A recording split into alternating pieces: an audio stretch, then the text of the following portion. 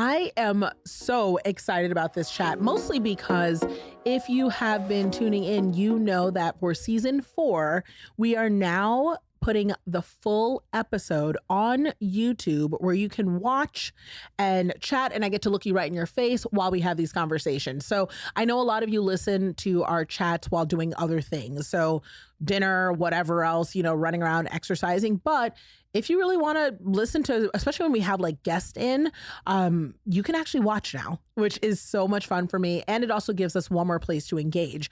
You can put it in the comments. And let's just be honest, some of you listen at work, and this is pretty slick, right? You just open up your tab, you hit play on that YouTube, you put in your headphones, and then you just open it up to a spreadsheet. Your boss thinks you're being really efficient, but really you're listening to this chat right now, right?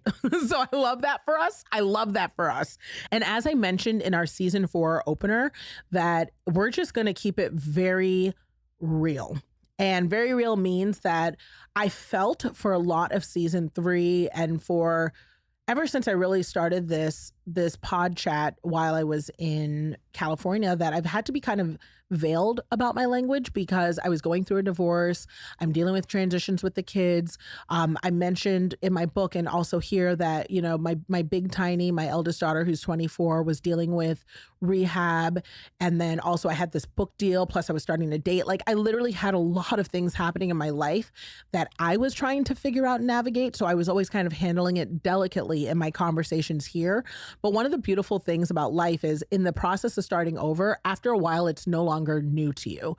And so I'm grateful because I'm feeling confident and refreshed and happy and aware. And I have more of a solid ground around what the future looks like. Because I'm clear on that, I'm able to speak to you with clarity and with more intentionality. And I'm excited because I think that we're all going to get more from it. So that being said, on the topic of clarity, that's what we're going to talk about today.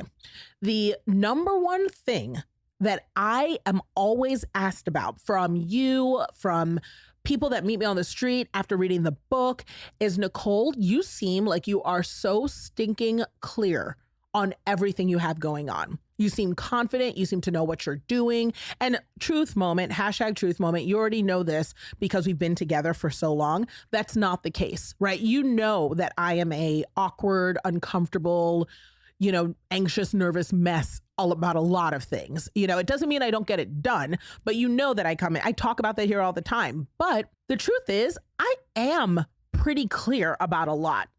And I want to talk to you about, we're going to keep it all the way real. See, I can feel myself wanting to, this is me being just totally real with you. I can feel myself wanting to filter what I'm saying because I'm so cognizant of the other people in my life and also just being so mindful. But I said I wouldn't do that with you. So I'm going to be honest with you. One of the things I've struggled with the most, and that's had me in therapy, is not a lack of awareness around who I am. It's been the fact that I've had people in my life that have tried to dismantle who I am or tell me who I am or tell me how to show up. And I gave too much space to listen to that. And it has distracted me from my journey. It has caused me mental grief. It has stressed me out. And it has caused me to show up in ways that weren't in alignment. And so a lot of my time in my life has been spent getting back to the path that I always knew the whole time. Oh, that felt good to say out loud. It felt good to say out loud because I want you to know that if this is you, you're not alone, right? You're not alone. There's this common thing that we say where we're like, we're stuck or we're confused or we're unsure or we lack clarity. And I want you to know you don't lack the ability to be clear. You don't lack awareness around what's right or wrong or the ability to make a decision. You can literally remove that languaging from your mindset, from your life right now. Because the truth is, if it has something to do with like your kids, where if I said to you right now, hey, I want you to take your kid and throw your kid off a cliff, you would look at me and be like, absolutely not. That's crazy, without hesitation. Because you have a very clear intentionality around your relationship with your child, how you show up, your moral coding, right and wrong. It isn't even something you have to filter or process because you know. But we can't seem to bring that sameness to making decisions around our business, or making decisions around our money, or making decisions around our relationships, or making decisions around how people will treat us. And one of the things in this season that has been most powerful to me, especially as someone who is in recovery from being in relationships and environments where I felt like I adapted myself a lot to people please. I adapted myself and restrained saying how I really felt, or performing and making decisions around what I knew would best serve me and my world based on making others comfortable. As somebody who is kind of, what is the phrasing that you hear all the time? A reforming people pleaser, a reformed people pleaser. I have found a lot of strength around correcting people who try to tell me who I am, how I feel, or what I am doing. And I don't know if this just comes with getting closer to being 40. And I've heard some of my friends who are in their 50s or approaching their 50s say, look, girl, when you get to 50, you don't even correct those people. If you even still have them in your life, you just walk away. You know, if someone comes to you and tries to tell you who you are or what's going on, you just walk the other way. But I will tell you, if you are like me in your early 30s, late 20s, you know, or if you're just listening to this and you're like, because my mom made me, I want you to know that as a Christian, one thing I believe is I am who God says I am. But as an everyday woman, you know, who's walking around, depending on what your belief system is, I want you to also know you are also who you say you are. So even if someone comes to you and says to you, well, I remember when I interacted with you back in 2021, you know, and you said blah, blah, blah, blah, blah. Okay, that's who I was. This is who I am. Like, and it doesn't mean you can't take accountability. It doesn't mean you can't evolve. But listen, you are not in a position where you have to be held to whatever definition that other people want you to be. You have to recognize that whenever someone comes to you and tries to tell you about what you feel, like, gosh, you just seem so upset about that. You don't have to take that in. You literally can stop, ask yourself, is that in alignment with what I really feel? And if it doesn't, you can say, I am not upset. That is not how I'm feeling. What I feel is this, if you feel like sharing. And I would like it if you would please not tell me how I feel. I know how I feel. I know right now some of you are cringing at that thought because it's a form of setting boundaries. And what I can tell you in my experiences is that oftentimes people who are struggling with you expressing or setting boundaries or choosing yourself or showing up in the world in any particular way will often want to tell you what you are feeling because a definition makes them more comfortable. So you'll have people in your life. And when you're younger, just to be clear, you'll have people in your life when you're younger that will do this as a form of power, of authority, of a way to condescend, because it's a control factor and it's related to their anxiety. And it's not uncommon. Heck, I've probably done it in my life. You know what I mean? I'm the queen of unsolicited advice, you know, but one of the things that I've really tried to be good at, especially in my older years, is say, you know, you don't have to listen to me, right? Or this is just my opinion, or I'm aware this is unsolicited advice, you know, because as a consultant, you have to tell people things all the time that they may not be willing to receive, and could be true, but they may not want to hear. But I want you to know that when you're younger, if you grow up with people who are always telling you things like you are lazy, you are not capable, you are not pretty enough, you are not a hard worker, you are not enough in general, you better believe that not only does that put messaging in your mind around who you must be and who you are, which there's tons of things online and conversations and podcasts about unpacking that, but it also trains you to think it is appropriate to have other people tell you who you are. And there isn't enough conversation around how that affects our ability to have clarity in how we approach life. If you are confused about who you are, how the heck are you going to have clarity about what you want to do, how you want to show up, and how you need to be in this world? No wonder you aren't sure if you should pick this planner or this planner. No wonder you aren't sure if your business idea is good enough and if you can be a boss or a CEO. No wonder you question yourself about whether or not you're a good enough mom if you do this thing or enroll them in this school or show up at this activity. It's because you're lacking clarity around who you are. And a lot of the times that's because you let other people define it. So one of the things that's really helped me have increased clarity going into the new year and increased clarity in my life in general has been taking the past 5 years to shed one, people who will not stop telling me who I am. They are not permitted to be in my life unless they're able to modify that and respect my boundaries, period. You are not going to be in my life telling me that I am not enough, that I am less than, that I am only valuable if I show up in your world in a certain capacity that does not align with my health or my needs. And you are absolutely not going to be around in my greatest moments, creating negativity, centering yourself, or in any way, shape, or form, diminishing the joy in the room. Like, I have no space for it. It's not even a thing because it affects my belief system around who I am. And I need to have a strong sense of self in order to perform and show up the way that God has destined and called over my life. My sense of self is worth something, and I'm allowed to retain and protect that. And then outside of that, I also am not retaining or having anyone over the past 5 years. This has been so, so important in my life.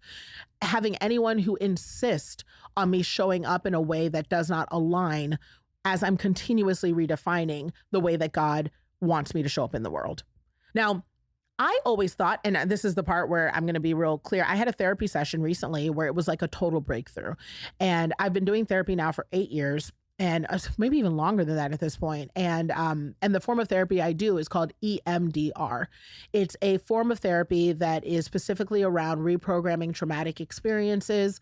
I've talked about them some in my book, so you understand the sources of trauma that I've had. But outside of that, I've also dealt with things like sexual assault. I've dealt with things like domestic violence in my dating partnerships. Fortunately, I have not had domestic violence in any marital relationships I've had, but I've dealt with emotional abuse. There's just tons of things I've had to unpack. And EMDR is a form of treatment that's used on like war victims. It's a PTSD, a post-traumatic stress disorder treatment method. And a lot of us don't even realize that even a childhood can result in post-trauma stress.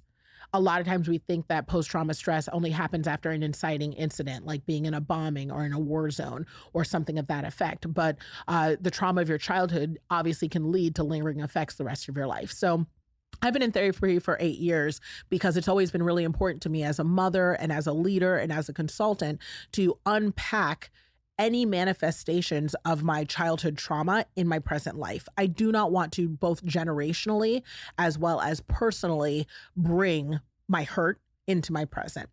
And so I've worked really hard and I've made a ton of progress, and I'm so, so grateful for it because I'm so deeply happy and free because of the work I've done. But it doesn't mean that everything's done all at once. And what's interesting is when you're still unpacking some of your trauma, you collect people that are based on your previous trauma. So for some of you listening to this right now, I know there are people that come to mind where you're like, I've had this best friend for 30 years. They have a million things about them that I cannot stand, and lots of ways that they show up that are not nice, that are not kind, that I don't support. They are constantly telling me they know who I am, or they have an opinion, or they're judgmental or whatever about the way that I live that I actually don't have a problem with.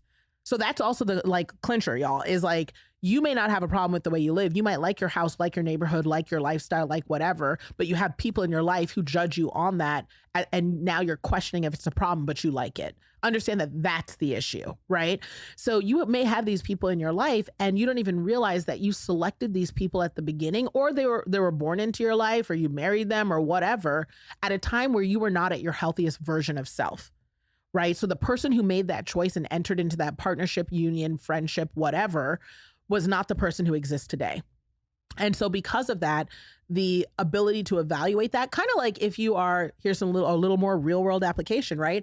But kind of like when you're in medical school, the way that you might have evaluated a condition on your first day of medical school is going to be very different from your last day once you have more knowledge and exposure. And so that's what therapy brings. So if you are growing in your therapy, hopefully you have evolved and gotten better in a couple of years to even assess the people in your life in new lenses. However, most of us don't do that reassessment. We don't go back and we don't look and say, excuse me, I've had you in my life the whole time. You don't have to say it in conversation, y'all. Don't go out here and start fights. But we don't look back and ask ourselves, I have had this person in my life and I have always kind of categorized them and put them in this, box of that's just how they are. But when was the last time you looked back and said, you know what? With what I know now, what about this works for me or doesn't work for me? What about this is a nature of the relationship that does not suit who I am and how I want to show up? And also, what about this is good? What about this makes sense? Does it still nurture my calling and what I've been sent to do? And so a lot of us don't spend time evaluating those relationships because it's just how they've been. And I want to let you know that for me, part of this process over these past few years has been a lot of that evaluation. And so these past couple of weeks, as I've been just looking at even more relationships that I have and talking about them in therapy, and my role within them and how I permitted them and what I need to do to bring those relationships into the present, by being more honest in them, more candid, or affirming boundaries so that way they are shaped in ways that sustain me and don't drain me. I learned something about people that blew my mind. And I'm going to share it with you, and I think it'll click for some, and it may not for some because it was such a breakthrough for me. Have you ever heard the phrase from people where they say like, oh yeah, that person has low self-esteem? You have, right? Low self-esteem is something we're familiar with, where we'll say regularly that person has low self-esteem and that lends them to do this thing. Or people who behave this way, it's because of their low self-esteem. But my therapist told me, she said, look, you have to understand that there's something beneath low self-esteem. There's also no self-esteem. And it's not a phrase that's in our lexicon. It's not in our conversation. That's not something we use. There's high self-esteem, there's low self-esteem. But we haven't spoken about the range of no self-esteem and the way people show up within those ranges.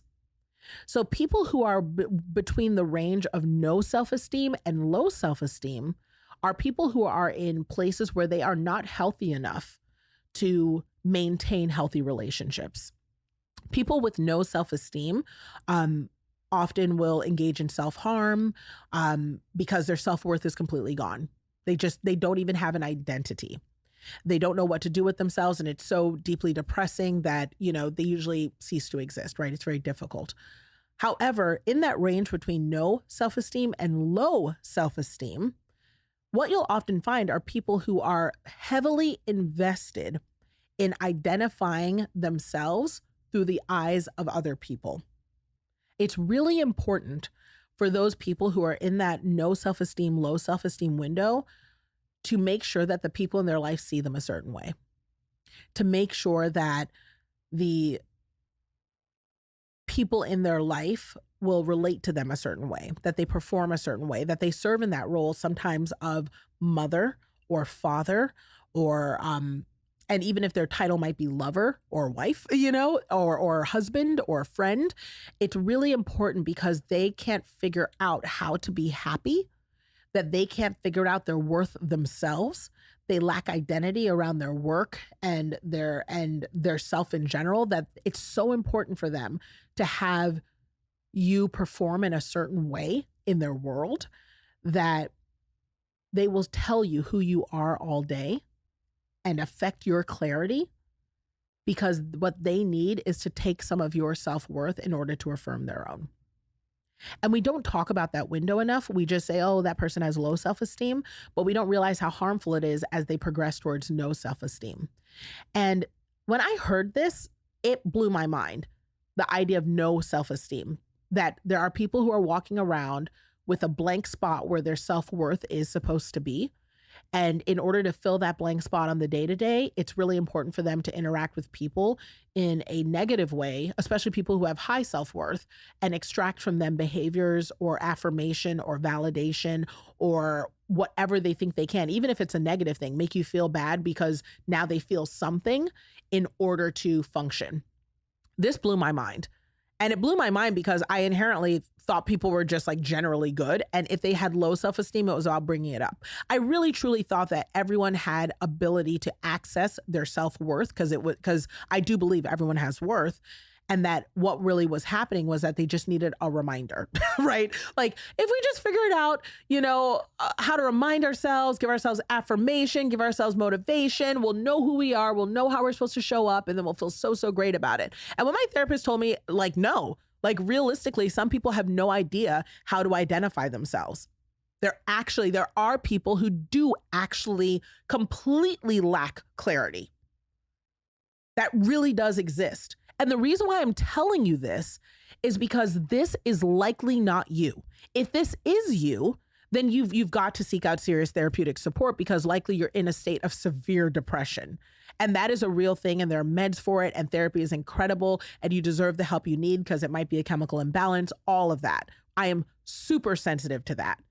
However, if there's any part of you that is really clear, whether it's now or in the past, where you were able to say, no, I deserve to be treated better because this doesn't feel right to me, or I know that I deserve to be loved, and this doesn't seem right, or I know what I'm worth and I know I'm not receiving that, that means that you have some clarity of mind to know, even if you're not clear on what it is you need 100%, to know that you're not getting it.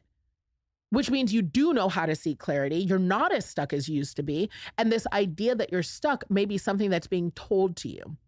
I used to think when I was in my marriage, and, again, season of transparency, that I was stuck, that I chose this, that people don't get divorced, especially in my culture and in my faith, and that I just needed to acclimate to the state of what my marriage was. That I needed to be comfortable with the things that I and my partner had determined to be issues, which, are private to us, but that was just what I needed to adjust to, that this was what my marriage was going to be. And I needed to figure out a way in other areas to make it tolerable, because this thing was what it was. I was stuck, and I was never stuck. And this is something, I'm just telling you what I said in what I was discussing in my therapy session. I was never stuck. It was that I wasn't willing to accept that I had choices, and I created a situation of lack of clarity for myself because the other choices weren't palatable to me. They didn't taste good. I didn't like them. The idea of being divorced didn't feel good. And I was also told what I was many times over. A Christian woman does not get divorced. A Black woman stands by her man. An African woman takes care of home to the point of exhaustion.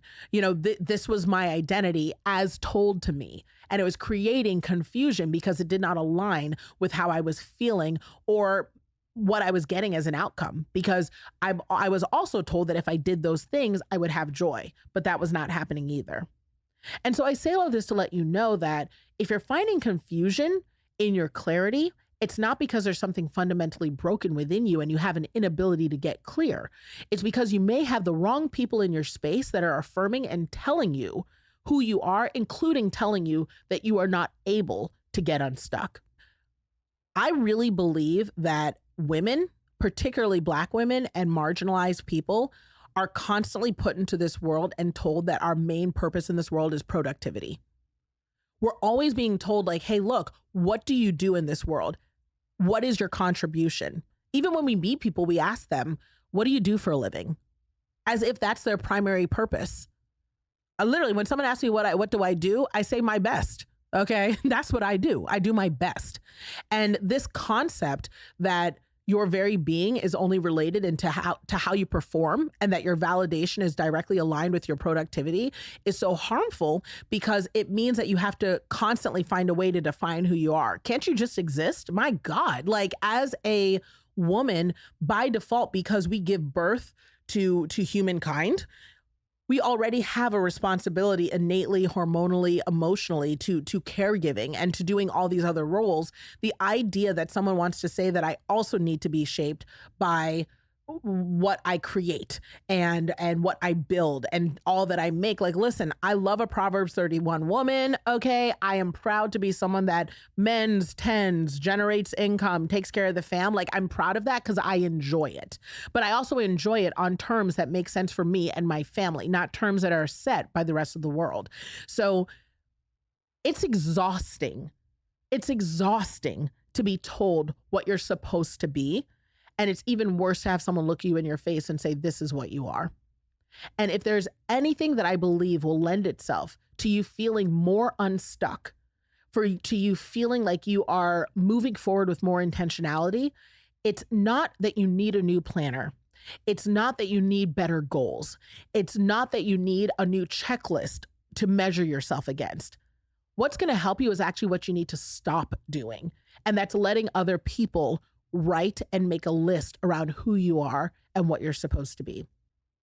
As I reflect on what 2023 has brought and a lot of the conversations that we've had in our last season, it's this awareness that part of being bold and moving forward in my life and having the fierce clarity that I want to exist in all areas, not just around my children where I'm like, you will not mess with them. And I have no question about it, but I want to have that clarity around this is what I do for a living. This is the product and service that I offer. This is how much you will pay, and you will pay it in full because it is worth it. This is how I show up in my partnership. No, I will not take out the trash. That is Alex's work, right? But I will cook the meal. That can be my thing. I love that.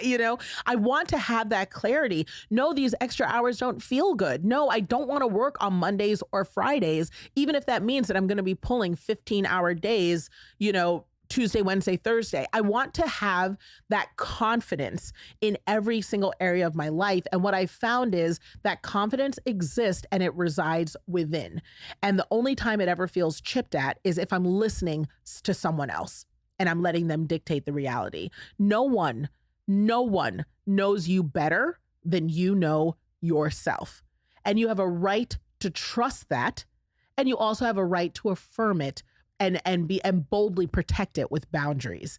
So if you are saying to yourself or have said to yourself, gosh, I feel like I am stuck. I'm here to start over, but I feel like I've reached a rock and a hard place, or I've reached an impasse. I want you to know that there's nothing that's going to get you out of that place sooner and help you step into the life that you want than not looking left and right for an answer, but instead looking within. And there's nothing that's going to help you stay on that path and continue to grow and succeed and be in the places that you want to be than boldly protecting everything about those decisions and your right to make them with your boundaries. Friend, as you move through everything that you have going on this week around holiday things, around family things, around work and parenting and just taking care of self, I want you to join me in saying, look, we're going to have a lot of people in our lives over these holiday seasons that we may see infrequently, but are coming in with opinions, perspectives, desires, you name it. And I want you to be able to stand up and say, I am allowed to choose me because I have defined what I need, and know that that is enough. So be bold, protect your boundaries, and live your best life.